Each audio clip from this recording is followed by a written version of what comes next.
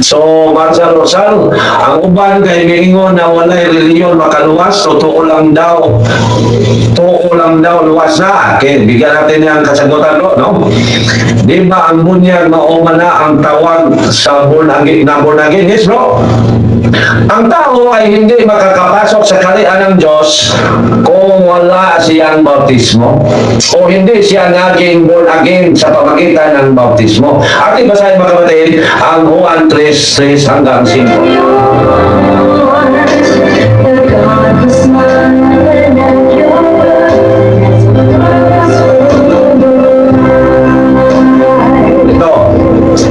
Si Jesus bitubag, sultihan ko ikaw, walay makakita sa gingharian sa Diyos, gawas kung siya matao pag-usab.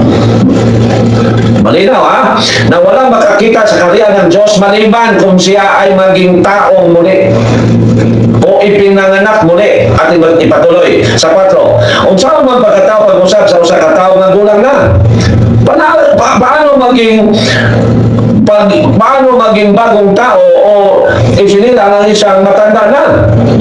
Nangutanga si Nicodemo, dili niya mahimo ang pagsunod sa tiyan siyang inahan aron magpakatao pag-usab. Hindi niya magawa pumasok sa sinapupunan ng kanyang ina upang isilang muli.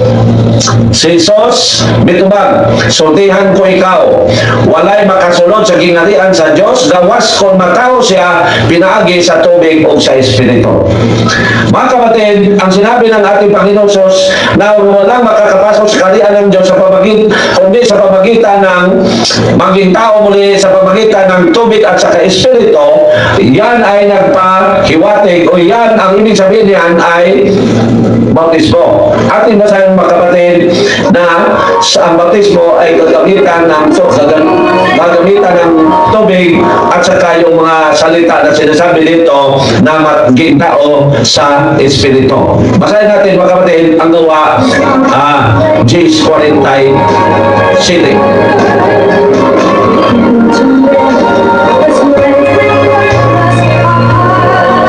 Ito ang sinabi. Upang maintindihan, no? Kasi ang sinasabi ng ating Panginoon Jesus, maliban kung siya ay isinilang muli sa pamagitan ng tubig at sa Espiritu. Gawa Gs 47. Kini mga tawanan nakadawat sa Espiritu Santo, ingon nga kami nakadawat usab. Doon na ba kaninyo'y makapugong nga bunyagan sila pinaagi sa tubig? So gagamitan ng tubig ang bautismo. Ano naman ang ibig sabihin sa Espiritu? Yan ang mga salita na bigkasin sa pare nang siya ay gumawa na ng bautismo. Ating basahin mga kapatid ang 1 Pedro 1:23. He is his only son. Ito ang sinabi. Kay kamo ipanganak pag-usab, malinaw ha? Sa Juan 3:5, ipanganak pag-usab o isilang muli.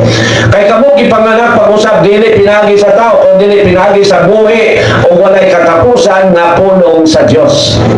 Yan mga kapatid ang ibig sabihin sa Espiritu. At anong mga salita niyan, iyan ang sinasabi ng Panginoong Hesus sa San Mateo 28:19. Nabautismohan mo sila sa pangalan ng Ama, ng Anak at ng Espiritu. Yan ang maging tao muli sa pamagitan ng Espiritu.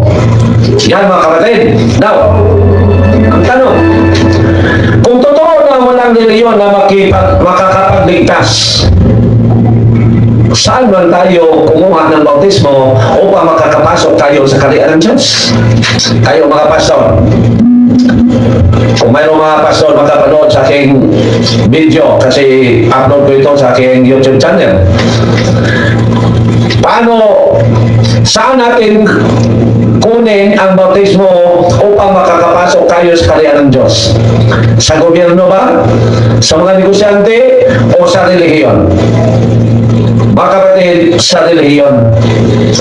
Kung ang relihiyon ang magbigay sa atin ng bautismo at dahil sa bautismo makakapasok tayo sa kaharian ng Diyos, ang tunay na bautismo tunay na relihiyon. So, ibig sabihin, ang relihiyon ay makapagligtas. Pero, ang relihiyon ay hindi tagapagligtas. Yan mga kapatid. We always remember the difference between Savior and can save, or tagapagligtas or makapagligtas. So mga kapatid, malinaw na ang reliyon ay makapagligtas kasi sa reliyon tayo kumuha ng bautismo upang tayo ay maging tao muli or maging born again. At ito pa mga kapatid, mag-divert ako ng konti. Ang tunay na born again ay ang mga kaanib sa tunay na iglesia na itinayo ng Panginoon Hesus na walang iba kundi ang Iglesia Katolika. Ibig sabihin, ang tunay na born again ay ang mga Katoliko. Ang mga sekta, they are not born again. Burn again. Ang spelling sa kanila, hindi B-O-R-N, kundi B-O-R-N. Ibig sabihin, nasunog muli. Kasi, walang kwenta kanilang bautismo. Kasi isa lang ang may kapangyarihan magbautismo. At ito ang Iglesia Katolika kasi yan ang Iglesia na tinayo ng Panginoong Hesus. Bakit? Kasi yan ang unang pinamumunuan ni San Pedro. At si Pope Leo XIV ay ika-267 Pope o pinuno sa pinanguluhan ni San Pedro. So yan ang totoo na Iglesia, ang Katoliko. So, walang kwenta ang bautismo na natanggap sa mga tao na nandyan lang umanib sa masita. So, malinaw na ang reliyon na tunay ay makapagligtas. Ngunit, hindi lang tagapagligtas. Yan, kapatid. Ito pa, dagdag. Bakit makapagligtas ang reliyon na itinayo ng Panginoon Hesus? Kasi ang reliyon na kanyang itinayo ay kanyang katawan. O ang kanyang sa katawan na itinayo ay kanyang katawan. So paano natin masasabi na ang ulo makapagligtas, ngunit ang katawan hindi? Na hindi ba pwedeng isipalit ang ulo at saka katawan? At ibasahin mga kapatid ang Colosas 1:18. Na ang Panginoon Hesus ang katawan sa kanyang itinayo na iglesia. Ito ang sinabi. Siya ang ulo sa iglesia na mawangyang lawas. Malinaw. So, ang reliyon ay makapagligtas, ngunit hindi lang tagapagligtas. Yan bro, no? Maraming salamat bro sa iyong tanong, no? Ito pa ang tanong ni bro Orsal, no? So, di ba ang bunyag maol na ang tawag sa born again? Yes bro, na bro, no? Maol ay bro ang nagtukod sila o born again na sikta. Yes bro, ginagamit nila upang maakit ang mga Katoliko na walang alam kasi magsamba lang tuwing may lindol at bagyo. Kaya mga kapatid, kaya ipagdasal natin mga kapatid na walang pakialam sa ating reliyon, no? Na walang pakialam sa kanilang kaligtasan. Ang kanilang pagiging Katoliko ay parang organisasyon lang, no? Hindi reliyon. Kaya madaling maakit. Okay. Salamat, brother. God is good all the time. Yes, bro. That is true. That is very true. God is good all the time. Yes. Thank you very much, bro, no? Ang nag-compile sa Biblia mo ang Katoliko. Tama, brother. Yes, bro. Kung tingnan natin, mga kapatid, bakit mayroong libro na tinatawag na Biblia, ay walang iba na ating makikita na responsable maliban sa simbang Katoliko. Ating bigkasin ating i-explain na natin. Ang Panginoon Hesus ay nangaral nang siya ay, binasa na natin kanina, no? Nang siya ay 30 to 33 years old. Nang siya ay namatay noong 33 ang kanyang taong gulang, lumipas ang 19 years,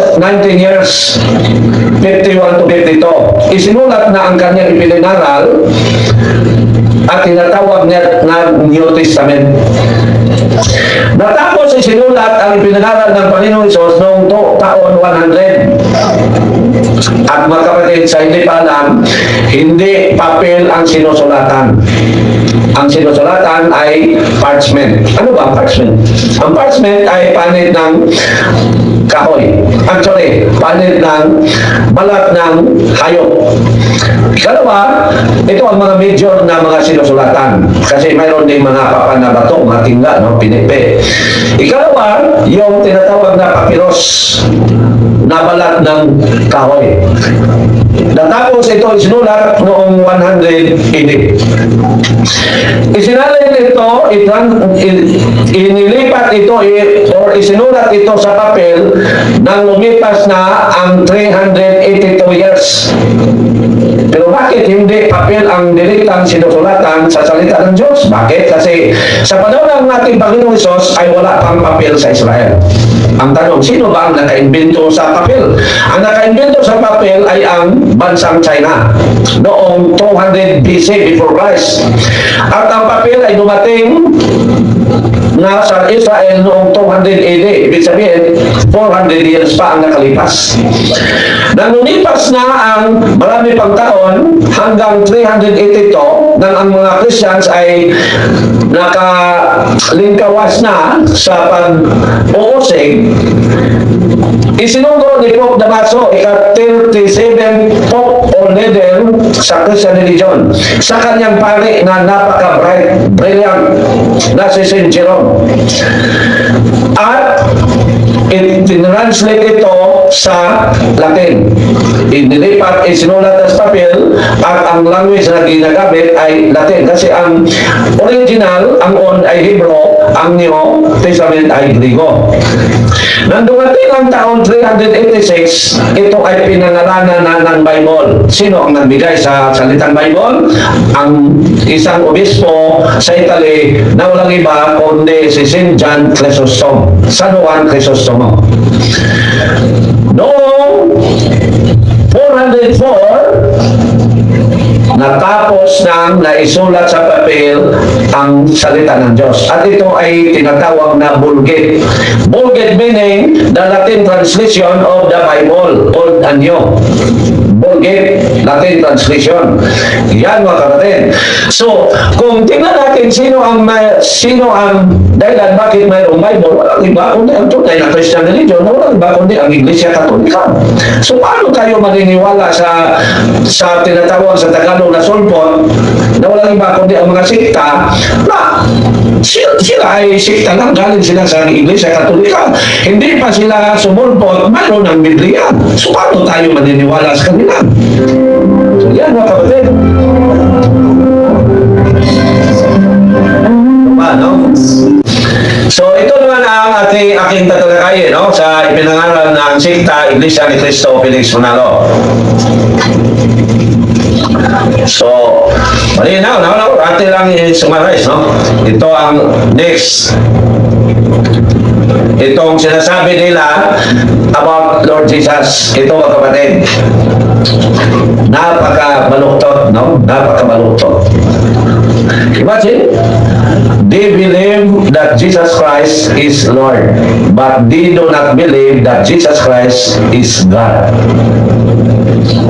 But in the Bible, we found that Lord is God and God is Lord. Kaya, yung Iglesia ni Cristo sa plaza noon, madali lang usain, no? Tatawanan lang sa mga tao. Okay. Atin usahin, ha?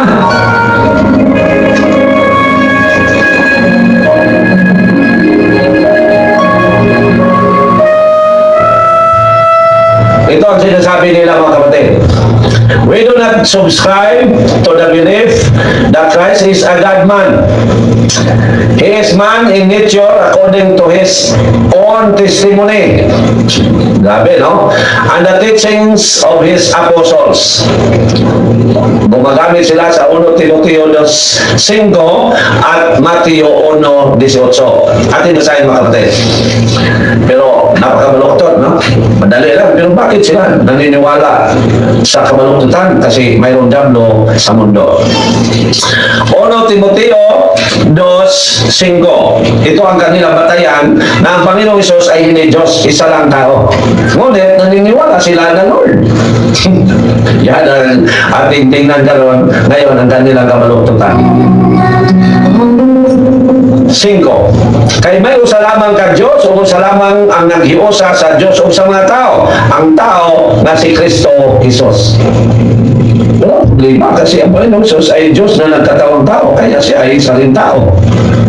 Pero kung tatanungin natin sila, saan ba sa Biblia na ang sinasabi na ang Panginoong Hesus ay tao lamang? Pag ginagamit ng salitang lamang, wala na sila.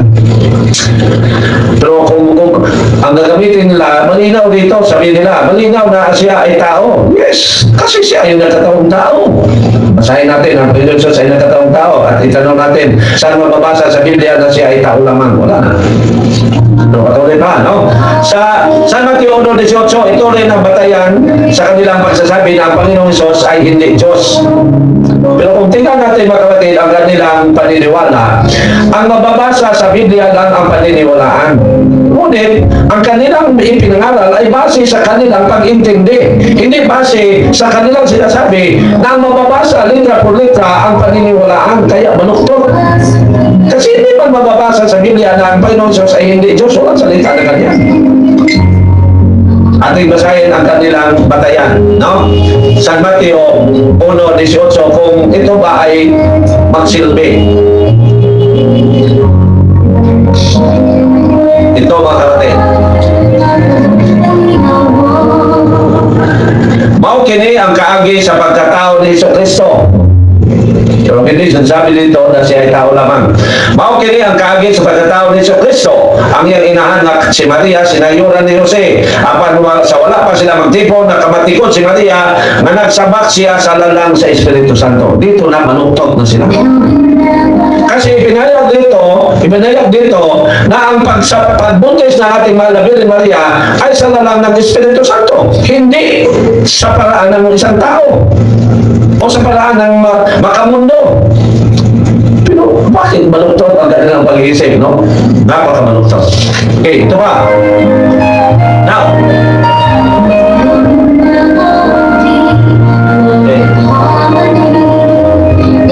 okay. Ito, ginagamit din nila ang Juan 8:40. Ito ang sinasabi. Ang ibuhat ko lamang mao ang pagpakili ko sa Bible, no? Juan 8:40.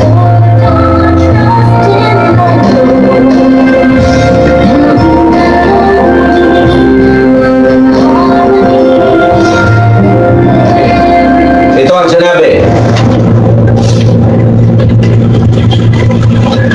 Ang gibuhat ko lamang mao ang pagsulti kaninyo sa kamaturan na akong nadungogikan sa Dios apan nagtinguha kamo sa pagpatay kanako. Wala magbuhat og sama niini si Abraham.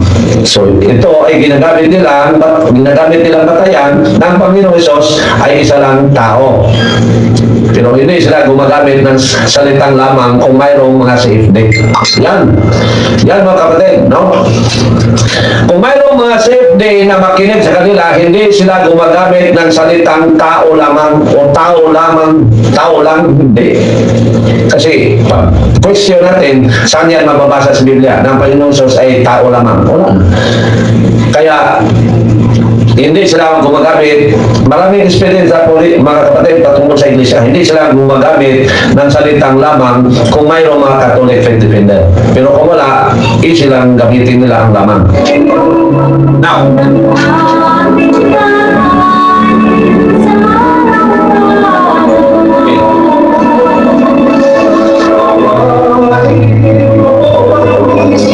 ito pa rin ang kanilang ginagamit mga kapatid, no? Ito pa rin ang kanilang ginagamit upang malaman din natin, no, sa inyo ang mga ginagamit nila. Yung sa Números 23:19, ito ang sinabi. Kaya basahin dito sa Bible, ha?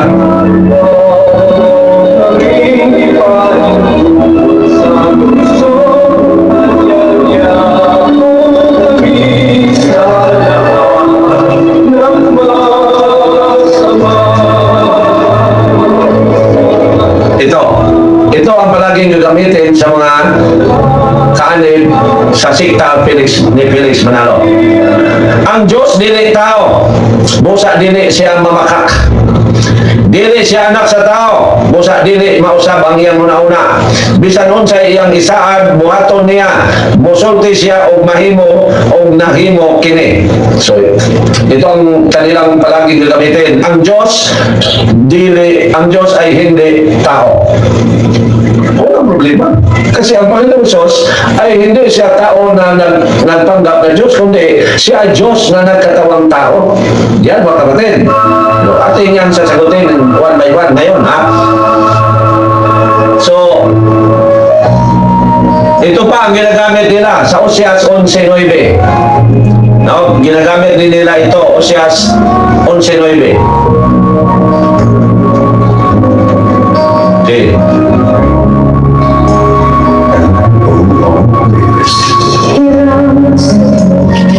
Oseas 11:9. Sorry. Wala. Okay, ito ang sinabi.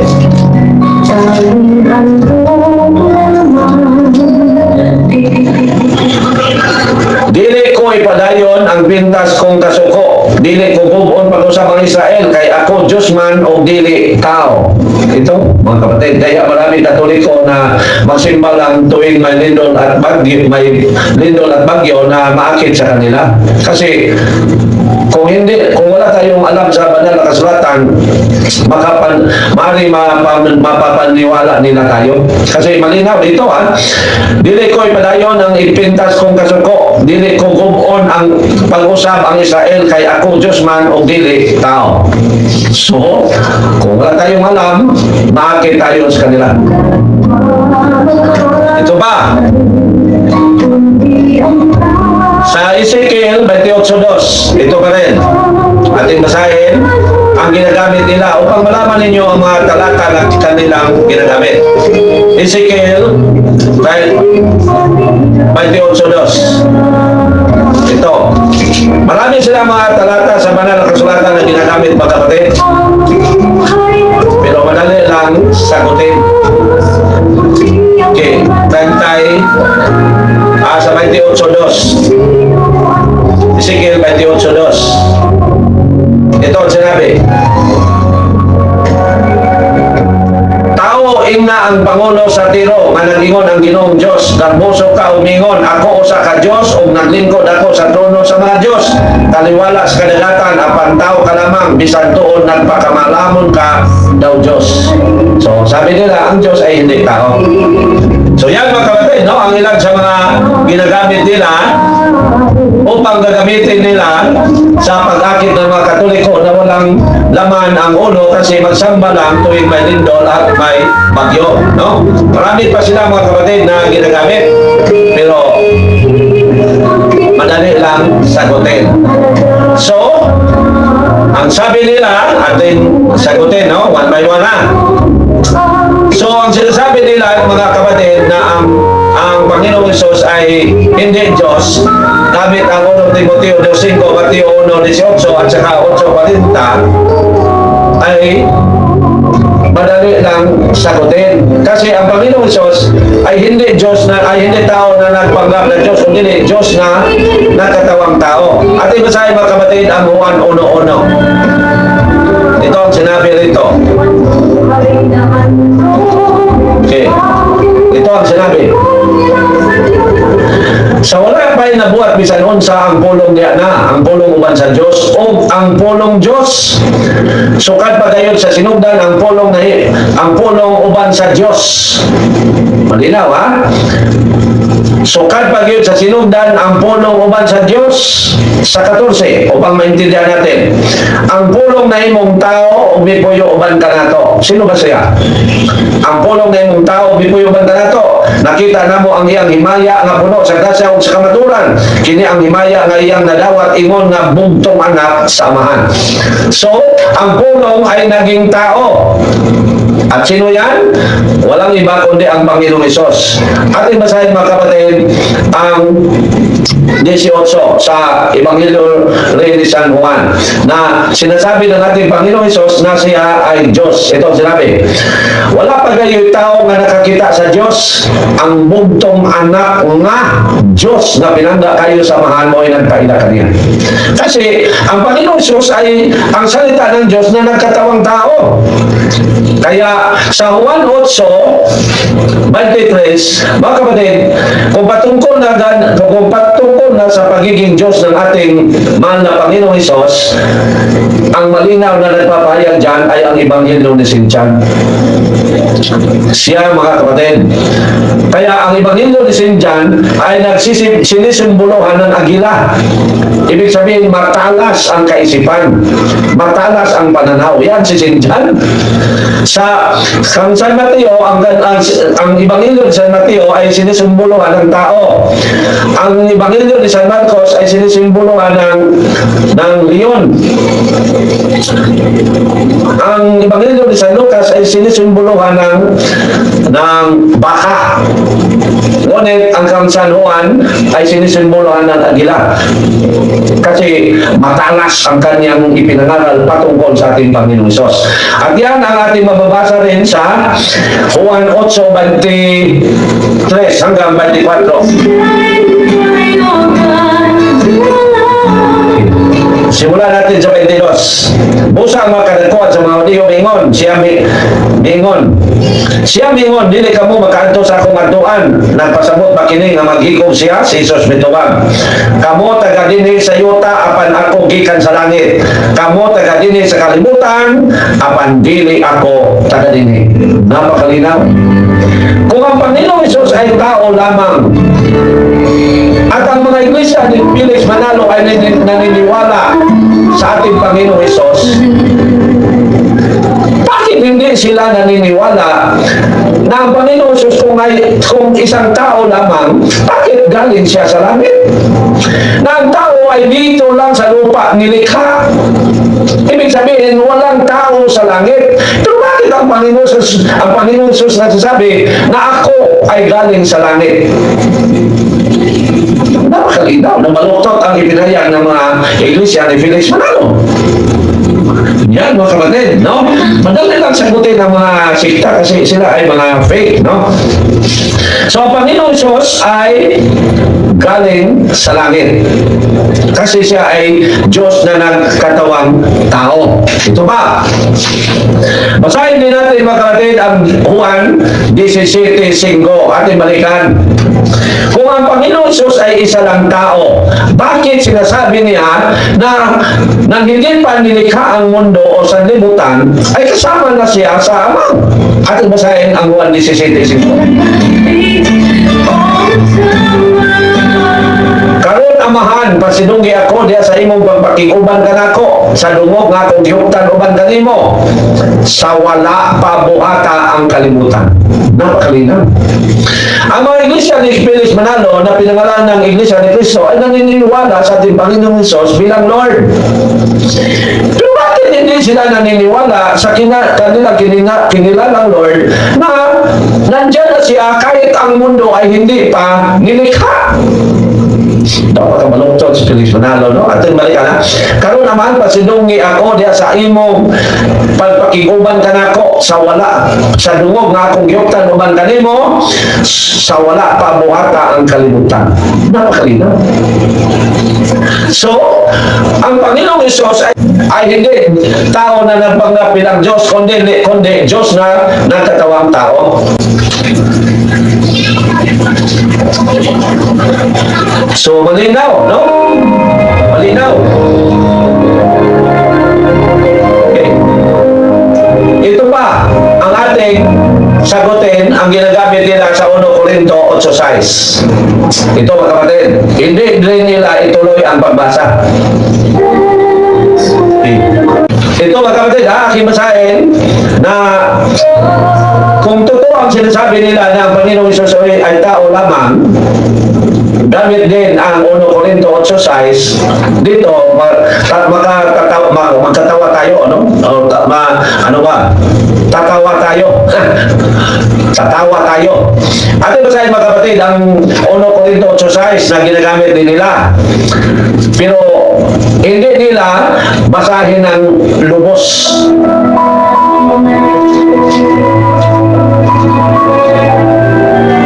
Ito ang ipinahayag dito, mga kapatid. Pinahayag dito.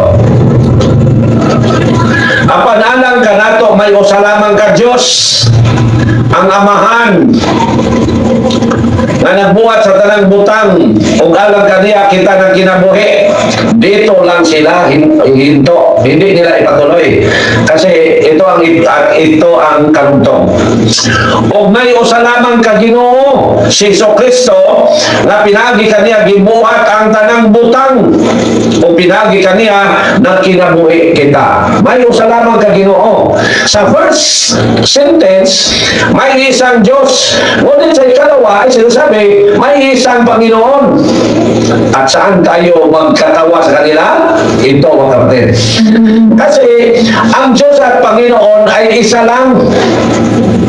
Ating basahin mga kapatid na ang Diyos ay Panginoon at ang Panginoon ay Diyos. Ating basahin ang Deuteronomio ang 6:4. Dito mga kapatid magkatawa ka, no? Ano ba yun, no? Ito ang sinabi. Hinumdumi katawan sa Israel ang Ginoo o ang Ginoo lamang maoy atong Diyos. Napakalinaw. Sa 1 Corinto 8:6, may usa lamang ka Diyos ang Amahan o may usa lamang ka Ginoo si Jesucristo.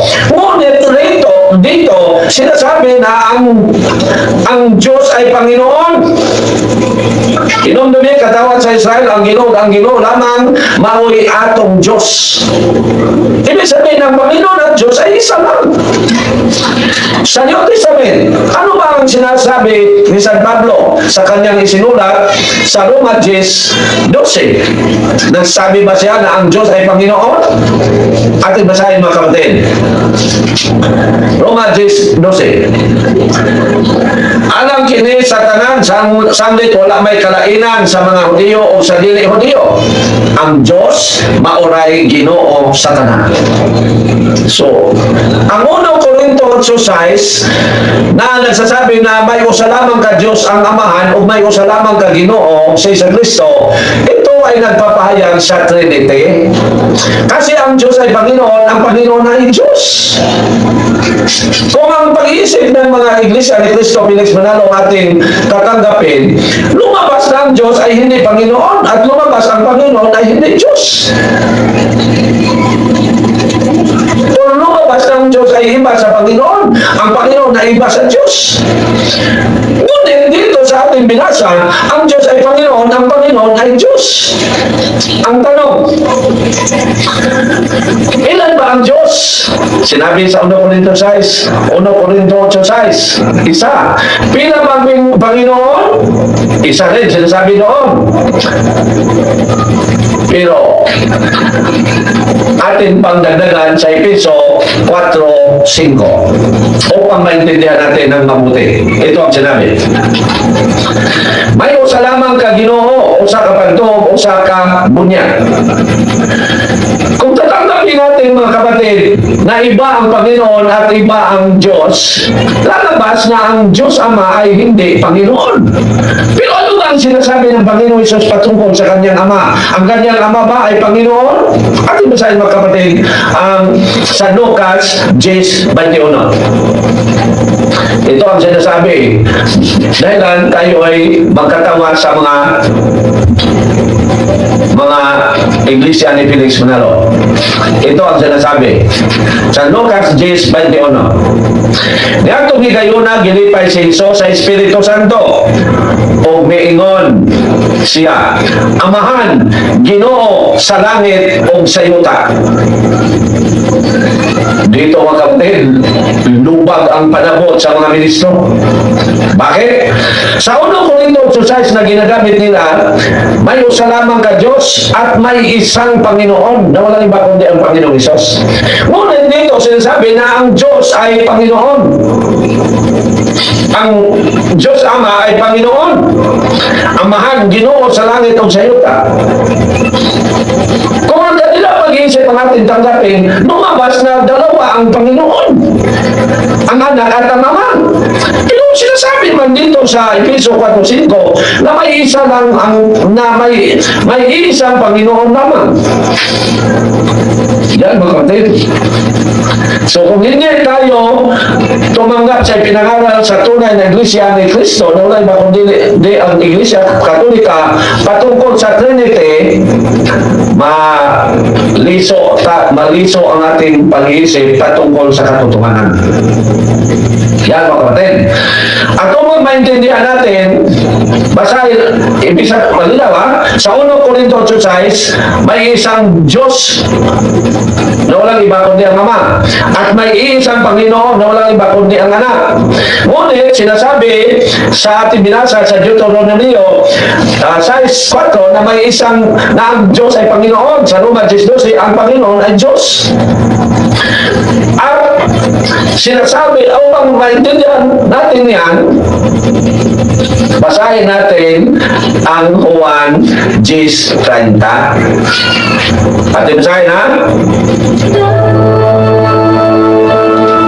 Ito ang maglilinaw sa lahat. Ito ang lilinaw sa lahat na ipinahayag sa banal na kasulatan, na kung hindi natin intindihin at hindi natin basahin ng buo ang banal na kasulatan, malihis tayo sa katotohanan at ang ating pag-iisip patungkol sa katotohanan ay maliso. Ito ang lilinaw mga kapatid. Juan 10:30. Ang akong amahan o ako o sara. Malinaw. At ito ang ibig sabihin sa 1 Corinto 8:6 na may isa lamang Diyos Ama na walang iba kundi ang Ama, at may isa lamang Panginoon na walang iba kundi ang Panginoon Hesus. Ito ang lilinaw na sila ay isa lang. So ang sa 1 Corinto 8:6, ang pinagbigyan ng mahalaga sa sinasabi noon ni St. Paul na ang Diyos ay hindi lang isang persona. Kasi sinasabi niya may isang Diyos na walang iba kundi ang Ama, may isang Panginoon na walang iba kundi ang Panginoong Jesucristo. Ngunit dito sa Juan 10:30, ang Ama at ang Anak ay isa. Kaya, ang ibig sabihin sa 1 Corinto 8:6 mga kapatid, upang maintindihan natin, ang ipinangaral ni San Pablo ay kailangan maniniwala lang tayo sa iisang Diyos. At kailangan maniniwala tayo sa iisa lang Panginoon, kasi ang Diyos ay Panginoon, ang Panginoon ay Diyos. Yan mga kapatid. Sa ating binabasa, hindi pa binabanggit ang Holy Spirit. Hindi pa mga kapatid. Kasi ang Holy Spirit ay doon na ipinadala ng Diyos Ama ng Panginoong Hesus ay bumalik na sa kanyang kaharian. Ating basahin mga kapatid ang Juan 14:26 na dahil ang Espiritu Santo ay hindi pa pinadala, kaya ang mga pag-iisip ng mga Hudyo at sa ibang Christian ay focus pa sa Diyos Ama at sa Anak na wala iba kundi ang ating Panginoong Hesus. Juan 14:26. Ang manlalaban, ang Espiritu Santo nga ipadala sa akong amahan, sa akong ngalan, magtudlo o magpahinomdom kaninyo sa tanan nga akong gisulti kaninyo. Kailan yan mangyari? Nangyari ng Panginoon Hesus ay bumalik na sa kanyang kaharian. Yan mga kapatid. Ating basahin mga kapatid ang 15, balikan ha? So, ito, maintindihan din natin dito, no? Na ang manlalaban ng Espiritu Santo ay padala samahan sa kungalan, magtudlo o magpahinomdom kaninyo sa tanan nga akong gisulti kaninyo. Kasi ang Espiritu Santo na ang magabay sa simbahan nang ang ating Panginoon Hesus ay bumalik na sa kanyang kaharian. So, malinaw, no? Na ang Diyos ay isa lang, ngunit mayroong tatlong persona, at yan ay malinaw na pinayang sa San Mateo 28:19. So, ang sinasabi sa kanilang ginagamit sa San Mateo 23:9 na ang Diyos dili tao, busa dili siya mamaka, dili siya anak sa tao, busa dili mausap ang iyang una-una, hindi ito magagamit para ma-deny ang pagiging Diyos ng Panginoon Hesus. Kasi ang sinasabi nito, ang Diyos ay dili tao. Tama. Ang Panginoon Hesus ay hindi tao na nagpanggap bilang Diyos, kundi siya ay Diyos na nagtatawang tao. Yan mga kapatid. Kasi ang Panginoon Hesus ay nandiyan na hindi pa nalikha ang mundo. So, malinaw. At yung sinasabi nito na ang Diyos ay dili mamakak. Dili siya anak sa tao kasi isa na lang sa Espiritu Santo. Ang Diyos, dili tao, busa dili siya mamakak. Ang Panginoong Hesus ba ay mayroong kasalanan? Ating basahin na wala. Kasi Diyos siya na nagkatawang tao. Ating basahin mga kapatid ang 1 Pedro na ang Panginoon 2:21 na ang Panginoong Hesus ay hindi nagsinungaling o wala siyang kasalanan. Ito ang sinabi sa 1 Pedro 2:21 kasi sinasabi sa Números 23:19 ang Diyos ay dili tao, busa dili siya mamaka. 1 Pedro 2:21 Gitawag kamo sa Diyos aron magantos kay si Kristo nagantos man tungod kaninyo o naghatag kaninyo paningignan aron inyong sundon. Wala siya makasala ni mamakak. Tugma sa sinasabi sa Números 23:19 kasi ang Diyos ay hindi kailanman magsinungaling. Ang Panginoong Hesus ay hindi nagsinungaling. Bakit siya ay Diyos na nagkatawang tao? So, malinaw. So, ang sinasabi nila ginagamit nila sa Oseas 2:11 na ang Diyos dili tao, ay hindi yan magagamit sa ating Panginoong Hesus kasi ang Panginoong Hesus ating balikan ay hindi tao na nagpanggap bilang Diyos kundi Diyos na nagkatawang tao. So, paano natin yan mapaniwalaan ang kanilang mga ginagamit? Ito ba? Sa Ezekiel 28:2, sa pagtao ka lamang, bisan doon nagbaka, malamon ka daw Diyos. Ang ating Panginoon, Diyos man siya na nagkatawang tao. So bakit ginagamit nila yan? Pero ginagamit nila yan para lang sa mga Katoliko na walang alam. Ito pa ang ginagamit nila. So, 2 Samuel 7:22 busa gamanan ka gayon o Ginoong Diyos kay wala may naisama kanimo o wala nay Diyos gawas kanimo. So, ibig sabihin may isa lamang Diyos at ang Panginoong Diyos ay Diyos. Kasi siya ay ang salita ng Diyos na nagkataong tao. Pero ating basahin mga kapatid na ang Panginoong Hesus ay Diyos. Ating balikan ay basahin natin ang Hebro 1:8. Dito mga kapatid, ang nagsalita ay ang Diyos Ama. Hebro 1:8. So, paano natin mapaniwalaan si Felix Manalo? Ito, Hebro 1:8. Ang Diyos Ama ang nagsalita. Apan bahin sa iyang anak, miingon ang Diyos, ang imong trono o Diyos, mulungtad hangtod sa kanturan, o guban sa hustisya maghari ka sa imong gingharian. Ang imong trono o Diyos. Sino ang nagsalita? Ang Diyos Ama. Sino ang sinasabihan? Ang Diyos na anak. Ang imong trono o Diyos, mulungtad hangtod sa kanturan. Apan bahin sa iyang anak, miingon ang Diyos. So ang nagsasabi ang Diyos Ama, ang sinabayan ang Diyos na anak. So hindi magagamit ang mga hindi natin mapaniwalaan ang ginagamit ni Felix Manalo. Ito ba? Na sa Salmo 83:18, ito rin ang ginagamit nila. Masayran unta nila nga ikaw lamang ang Ginoo, ang labing gamhanan sa tibuok kalibutan. Ito. Ang Diyos, sinasabi nila dito, remember mga kapatid, ang Iglesia ni Felix Manalo ay naniniwala na ang Panginoong Hesus ay Ginoo, Lord, ngunit hindi Diyos. Pero bakit sinasabi dito sa Salmo 83:18 na ang Diyos, ang Ginoo, labing gamhanan? Ating basahin Salmo 83:8. Remember si Felix Manalo nanaral na ang Panginoong Hesus ay Panginoon, ngunit hindi Diyos. Pero sinasabi dito sa Salmo 83:18 na ang Ginoo labing gamanan. Ilan ba ang Almighty God? Mayroon bang Almighty Lord? Mayroon bang Almighty God at mayroong Almighty Lord? Magkaiba ba sila? Hindi, isa lang.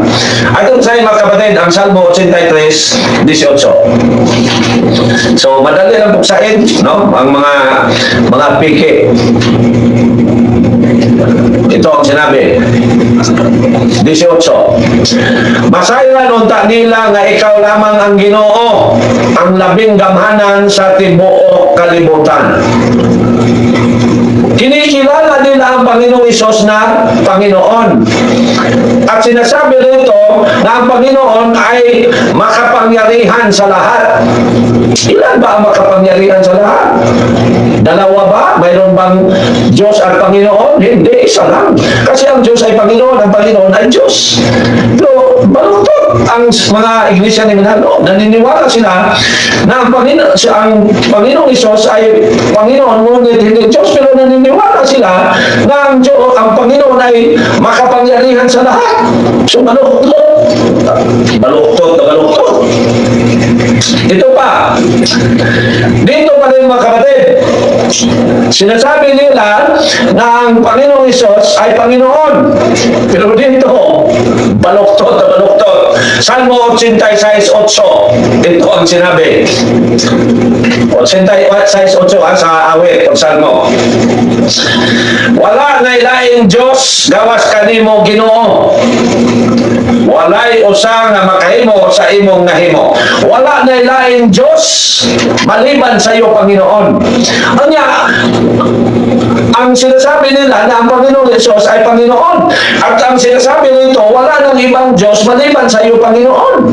Ibig sabihin, ang Panginoong Yesus ay kinilala nila bilang Diyos. Baluktot kayo rin mga. Ito ba? Isaiah 45:5. Sinasabi rito na ang Panginoon ay Diyos, wala nang iba. Isaiah 45:5. Ito mga kapatid. Kasi sinisearch ko to, no? Sinikapan, ano ba yun? Sinikapan ko to. 45:5. Ito ang sinabi. Ako mao ang Ginoo, wala na ilain. Walay Diyos gawas kanako. Malinaw. Sinasabi ng Panginoon, wala ng Diyos maliban sa akin. Ngunit hindi sila naniniwala ng Panginoon Isus ay Diyos. Pero naniniwala sila na ang Panginoon Isus ay Panginoon. Pero hindi naniniwala na ang Panginoon ay Diyos. Kaya balikan na. Dito sinasabi na ang wala ng ibang Panginoon maliban sa Diyos. 45:8. Okay. Para na 45:5 rather. Ako mao ang Ginoo, wala na lain, wala Diyos gawas kanako. So, maliban sa Panginoon, wala ng Diyos, wala ng ibang Diyos. Kasi ang Diyos ay Panginoon, ang Panginoon ay Diyos. Ngunit, naniniwala ang mga iglesia ni Cristo Manalo na ang Panginoong Isos ay Panginoon, ngunit pero hindi naniniwala na siya ay Diyos. So, paano natin yan maintindihan? Napakabaluktot. Ito ba? Yung